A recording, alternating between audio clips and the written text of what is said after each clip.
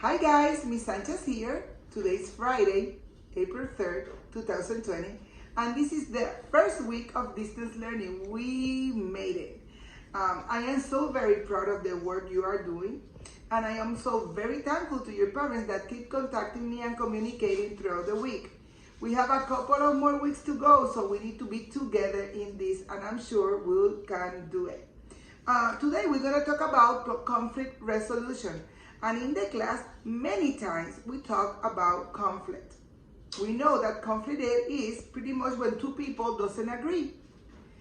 And there are many ways to solve conflict. Today, I'm gonna show you some steps to resolve a conflict. And you're gonna find this diagram in your papers, step by step. What are the different steps to solve a conflict?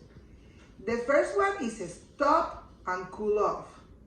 If you're arguing, if you're having a situation with a classmate, with a family member, you need to remember, you need to stop and cool off. Sometimes it works, the strategy that what we learn, stop, think, and remain calm. That is gonna help you cool off. After you have done that, you need to think, what is the problem? Define it.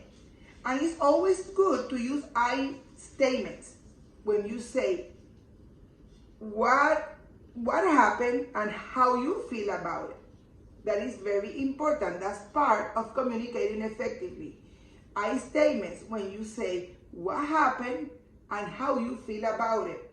For example, I can say my toy was broken and I felt really frustrated.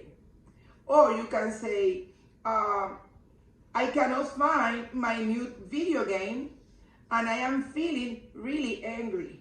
You see, emotions are okay. You can feel frustrated, you can feel angry, but try to use the I statement, I feel.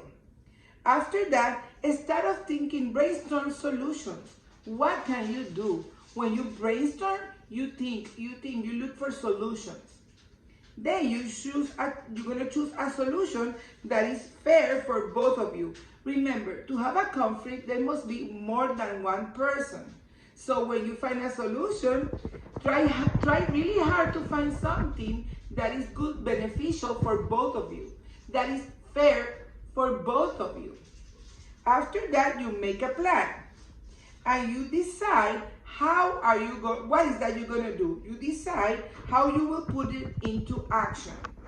And after having that plan set up, you are gonna agree to the plan. You heard the word agree? Yeah, you and the other person need to agree to work on that plan. Because if only one of you agree and the other one doesn't, the conflict hasn't been resolved. So it's as easy as that.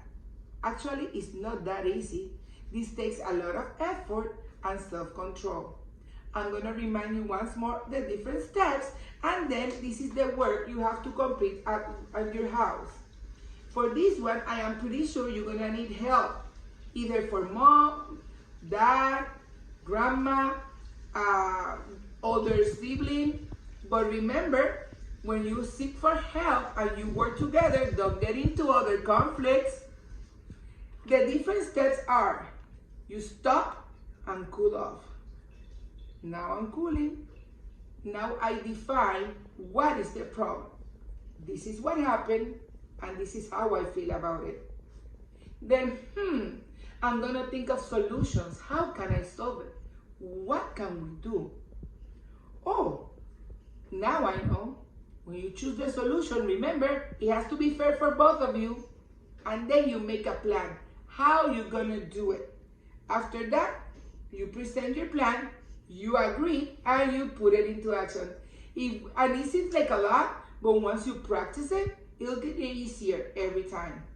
So, boys and girls, ladies and gentlemen, if you practice this, you'll be fine. This is your homework for today. Remember, you're gonna need help. Look at your chart, and you will be able to find solutions. Most important, if you practice it often, you're gonna have less and less conflict every day. And that's what we need these days. Have a wonderful weekend.